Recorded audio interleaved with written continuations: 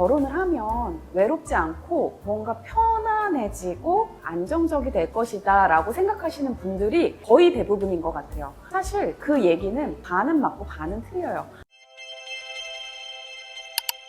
안녕하세요. 13년차 웨딩 플래너 양실장 양혜랑입니다. 반갑습니다.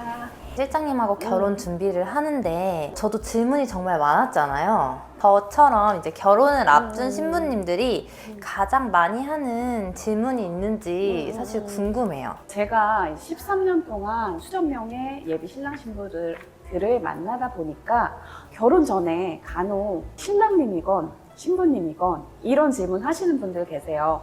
이 결혼 과연 하는 거 맞는 걸까요? 라고 하시는 분들이 있어요. 정말 고민이 돼서 하시는 분들도 있고, 아니면 그때 당시에 마음 상태나 이런 거 좀 불편해서 그러신 분들도 계시고, 메리지 블루 있는 경우도 있었어요. 그래서 오늘 제가 준비한 건 결혼 전 체크리스트 5가지. 5가지의 질문을 결혼 전에 꼭 해보고 결혼을 하셨으면 좋겠습니다.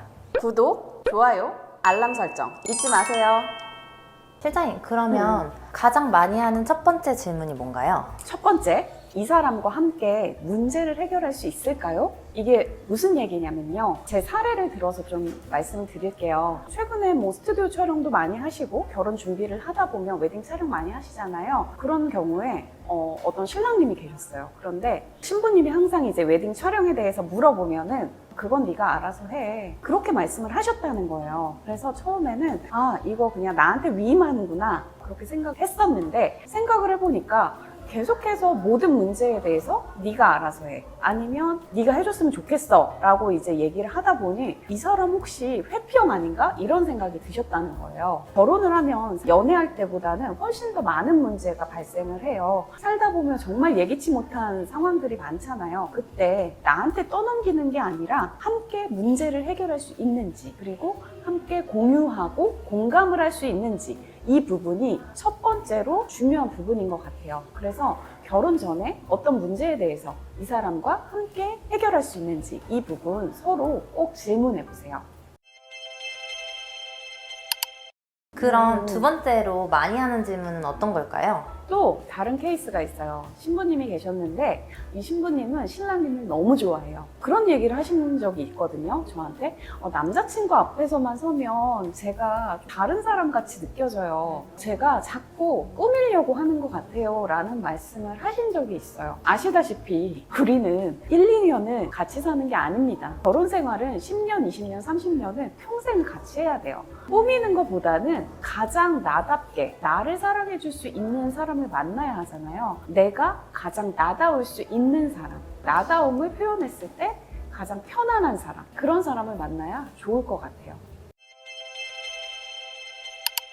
질문을 듣다 보니까 제 친구 사례가 하나 생각이 나서 한번 여쭤볼게요. 네. 친구가 이제 상견례 자리에 갔는데 신랑이 신랑 부모님 눈치를 너무 보더래요. 그래서 자기는 그 모습에서 조금 결혼을 해도 될까라는 의문점이 생겼다고 해요. 혹시 이런 경우 질문도 많았나요? 일단 예비 신부라면 나는 꽤 불안할 것 같아요. 내가 이 사람을 믿고 결혼해도 될까? 라는 생각이 들 것 같거든요. 전에 영상에서도 한번 그런 적이 있어요. 이 남자라면 결혼할 때 절대 놓치지 말아라 하는 영상이 있었는데 그 영상에서도 결혼을 하면 내 가정과 부모님의 가정은 달라야 해요.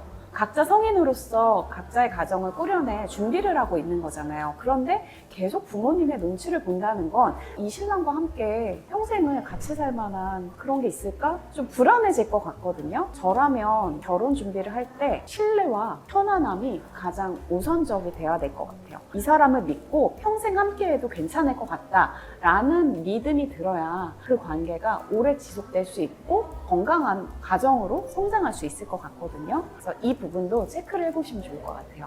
구독, 좋아요, 알람 설정 잊지 마세요.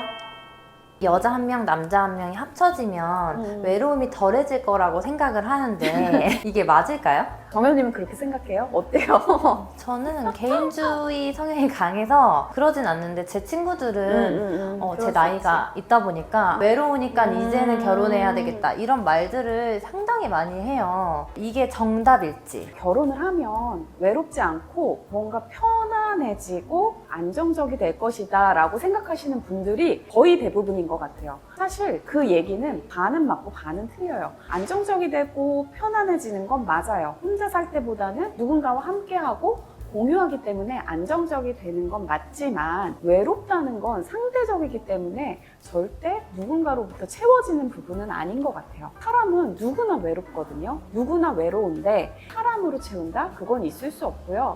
내 자신이 행복해야 결국에는 결혼을 해도 행복할 수가 있어요. 주변에 결혼한 선배님들 중에 그런 얘기 하시는 경우가 많아요. 결혼하고 나서 더 외로워졌다. 이게 무슨 말이냐면 결혼을 하면 상대에 대한 기대치가 생긴단 말이에요. 근데 그 기대치가 충족되지 않았을 때 상대적 박탈감으로 오는 외로움이 더 커져요. 그래서 우리는 외로움을 해소하기 위해서 결혼을 한다기보다는 한 가지의 방향을 보고 함께 가는 동반자라는 개념이 오히려 더 좋은 개념이지 않을까 그런 생각이 드네요.